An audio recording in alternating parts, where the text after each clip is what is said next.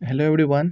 इस वीडियो में बात करेंगे आपके बीपीएससी टेट 3 के डॉक्यूमेंट वेरिफिकेशन में लगने वाले सारे डॉक्यूमेंट्स के बारे में। जैसा कि आप सभी को मालूम है कि क्लास 1 to 5 और 6 to 8 का जो है फाइनल रिजल्ट जो है डिक्लेयर कर दिया गया है। उसके बाद से अब कैंडिडेट का जो बारी है, अब डॉक्यूमेंटेशन का बारी है कि अब जो शिक्षा विभाग है वो अपना जो है अपने तरफ से क्लास 1 to 5 और 6 to 8 और जैसे जैसे रिजल्ट आते जाएगी बारी तो सारे क्लास का जो है डीबी करवाएगी और उसके बाद से फाइनली आपको जो पोस्टिंग करवाएगी, ठीक है।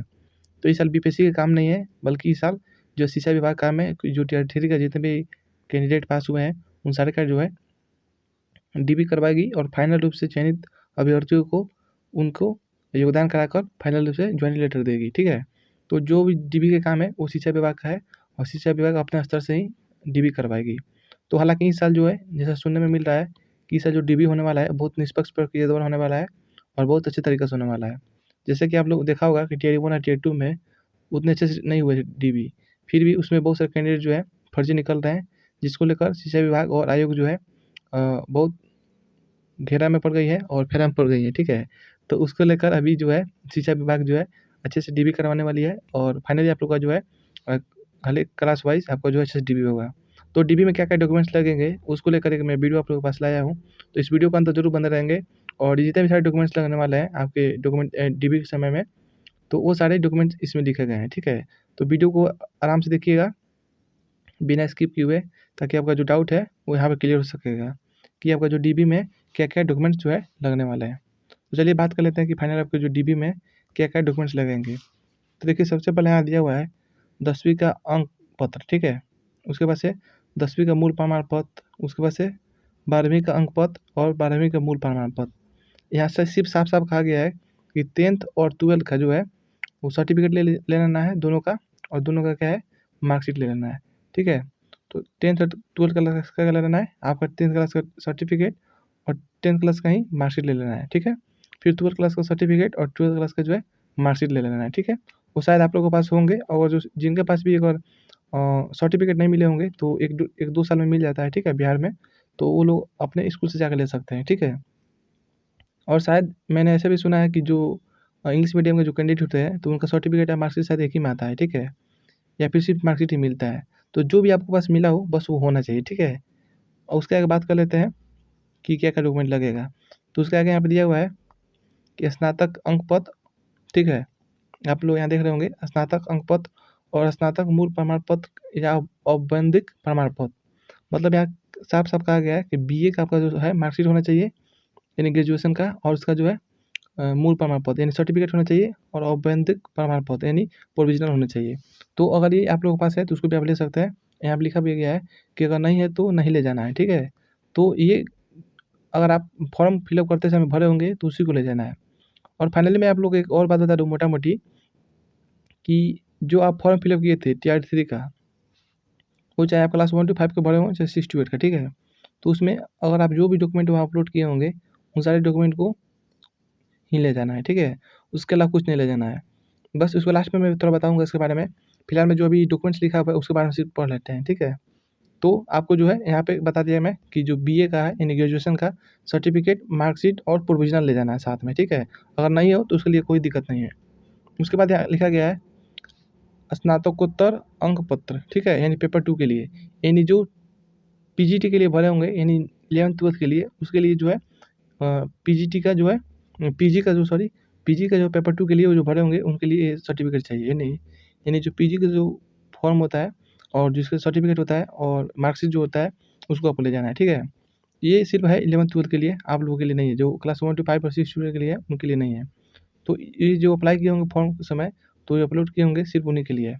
उसके बाद यहाँ नीचे दिया गया है कि आपका स्नातकोत्तर का मूल प्रमाण पत्र या औपबंधिक प्रमाण पत्र पेपर 2 के लिए अगर नहीं है तो नहीं ले जाना है, ठीक है। मतलब सेम बात यहाँ कहा गया है कि अगर आप पीजी का सर्टिफिकेट है और मार्कशीट है और इसका जो प्रोविज़नल है, उन सभी को लेके जाना है, और नहीं हो तो कोई बात नहीं है। ये इसलिए कहा गया है कि जो 1 to 5 और 6 to 8 के होंगे उनको ये नहीं ले जाना है। सिर्फ जो है पीजी कैंडिडेट्स के लिए ही है, ठीक है। जो कि पीजीटी का फॉर्म भरे होंगे 9th 10th और 11th-12th के लिए, ठीक है। तो पीजी 11th-12th में ही लगता है। उसके बाद से बात करें नेक्स्ट आपके डॉक्यूमेंट का, तो यहाँ पे साफ-साफ दिया गया है कि बीएड, डीएलएड का अंक पत्र और बीएड, डीएलएड का मूल प्रमाण पत्र या औपबंधिक प्रमाण पत्र, यानी यहाँ बीएड बहुत सारे कैंडिडेट जो बीएड किए होंगे 6 to 8 में, और बहुत सारे जो कैंडिडेट हैं जो डीएलएड किए होंगे 6 to 8 में, और जो 1 to 5 का फाइनली है वो सिर्फ डीएलएड किए होंगे, ठीक है। और जो 9th 10th के लिए हैं वो भी बीएड ही किए होंगे, ठीक है। तो आप जो भी फॉर्म फिलअप करते समय जो डॉक्यूमेंट आप लगाए होंगे, चाहे बीएड हो या चाहे डीएलएड, उसका आप सर्टिफिकेट ले लेंगे, उसका मार्कशीट ले लेंगे और उसका प्रोविजनल ले लेंगे। अगर नहीं हो तो नहीं ले जाना है। इसका मतलब ये है कि अगर आप फॉर्म फिलअप करते समय जो जो भरे होंगे उसी को ले जाना है। उसके आगे बात है यहाँ पे जाति प्रमाण पत्र, आवासीय प्रमाण पत्र और दिव्यांगता प्रमाण पत्र, ठीक है।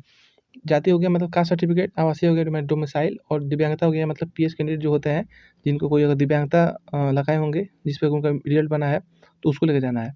और ये सभी जो है आरक्षित वर्ग के लिए है, यानी जो जितने भी रिजर्व कैटेगरी है यूआर को छोड़कर उन लोगों के लिए है, यानी ये खास करके बिहार वालों के लिए, ठीक है।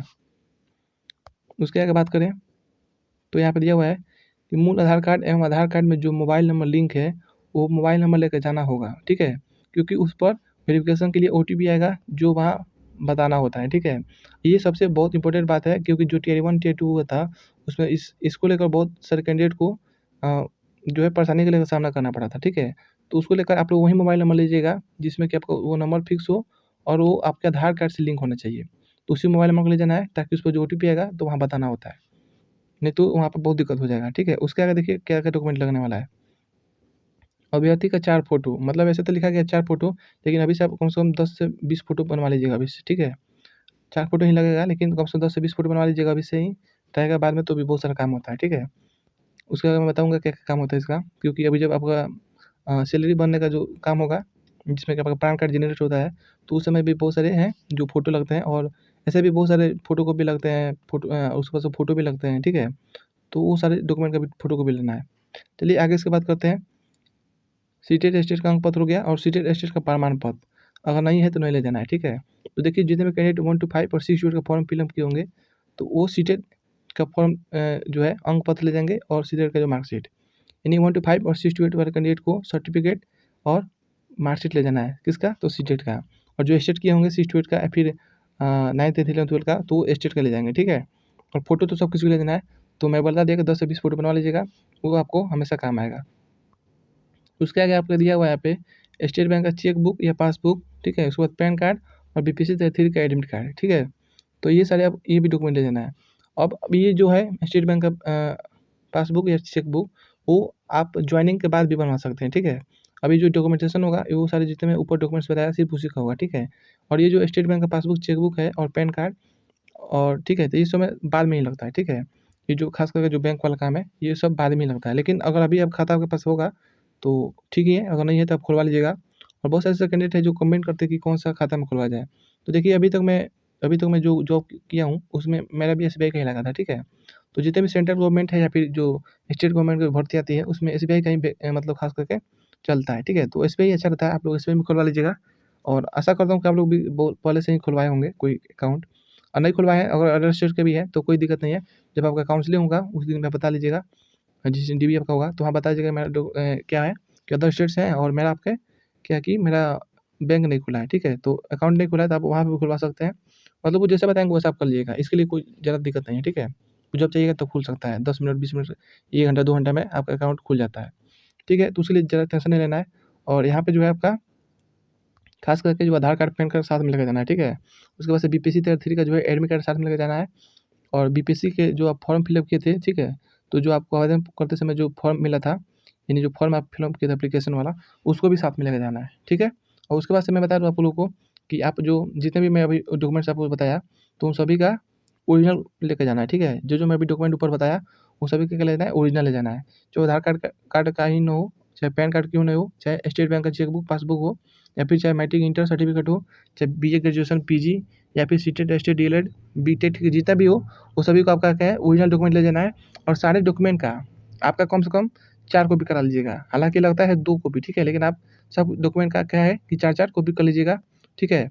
और पहला बात ये कि जैसे ही आपका भी रिज़ल्ट आ रहा है धीरे-धीरे, उसके बाद से क्या होगा कि आयोग आपको कुछ समय के लिए टाइम देगी कि आप लोग बीपीएससी के ऑफ़िशियल वेबसाइट पे लॉगिन होके अपने डैशबोर्ड पे, और आप लोग जितने भी फॉर्म फिलअप किए होंगे उसमें जो डॉक्यूमेंट लगाए होंगे, तो उन सारे डॉक्यूमेंट्स का क्या होगा कि आप लोग का फ़ोटोकॉपी माँगा जाएगा, ठीक है?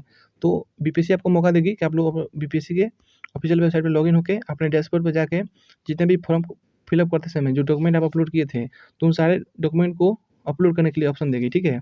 जिसमें कि आप जितने भी सारे डॉक्यूमेंट होंगे उस पे बीपीएससी का क्या होगा कि होलो मार्क आ जाएगा, ठीक है? यानी वाटर मार्क आ जाएगा उस पे और उसी वाटर मार्क को डाउनलोड करना है आपको, ठीक है? उसको डाउनलोड करने के बाद उसका ही फ़ोटोकॉपी कराना है, ठीक है? तो उसका 4-4 फ़ोटोकॉपी करा लीजिएगा और बाकी जितने भी मैं डॉक्यूमेंट्स बोला उन सारे का आप क्या करना है ओरिजिनल भी ले जाना है और 4-4 फ़ोटोकॉपी ले जाना है। बाद बाकी जितने भी डॉक्यूमेंट्स थे मैं सारे डॉक्यूमेंट्स इसमें बता दिया, ठीक है? इसके अलावा आपको कोई डॉक्यूमेंट्स नहीं लगने वाला है। बस उसको 2 फाइल कर लीजिएगा, 2 फाइल में आपको रखकर आराम से सब ले जाइएगा, ठीक है? एक में अपना ओरिजिनल रख लीजिएगा और एक में फ़ोटोकॉपी। जो-जो वहाँ पे माँगा जाएगा, आप वहाँ पे उन लोगों के सामने प्रस्तुत कर देंगे, ठीक है? और ख़ास करके वो जो मोबाइल नंबर बताया, मोबाइल नंबर वाला, तो वही मोबाइल नंबर आपको ले जाना है जो कि आपके आधार कार्ड से लिंक होगा, ठीक है? और उसपे ओटीपी आना चाहिए, ठीक है? क्योंकि वहाँ ओटीपी माँगा जाएगा और इसको लेकर बहुत सारे कैंडिडेट जो है उस समय टियर 1 और टियर 2 का जो डीबी हुआ था, उसमें बहुत सारी दिक्कतें हुई थी, ठीक है? तो मैं बता दिया सारे आपके डॉक्यूमेंट्स को और आशा करता हूँ आप लोग वीडियो पसंद पड़ा होगा। वीडियो पसंद पड़ा होगा, तो इस वीडियो को लाइक कीजिएगा और साथ ही अपने दोस्तों में भी शेयर कीजिएगा, ठीक है? ताकि जितने मैंने डॉक्यूमेंट्स बताया, आप एक बार और देख लें यहाँ पे, उन सारे डॉक्यूमेंट्स आपको लेके जाना है, ठीक है? आशा करता हूँ इस वीडियो को देखने के बाद आपको सारा डाउट क्लियर हो गया होगा। तो चलिए मिलते हैं नेक्स्ट अपडेट के साथ अगले वीडियो में। कोई डाउट हो तो ज़रूर कमेंट कीजिएगा क्योंकि आपको ऐसा ही इन्फॉर्मेशन जो है इस चैनल में प्रोवाइड किया जाता है। तो चलिए मिलते हैं नेक्स्ट अपडेट के साथ अगले वीडियो में और वीडियो को लाइक नहीं किया हो तो लाइक कर दें और साथ ही चैनल को सब्सक्राइब करके बेल आइकन दबा दें ताकि जितने भी अपडेट्स होंगे उन सारे को आपको साथ प्रस्तुत किया जाएगा। तो चलिए मिलते हैं नेक्स्ट अपडेट के साथ अगले वीडियो में। तब तक के लिए बहुत-बहुत धन्यवाद और जय हिंद।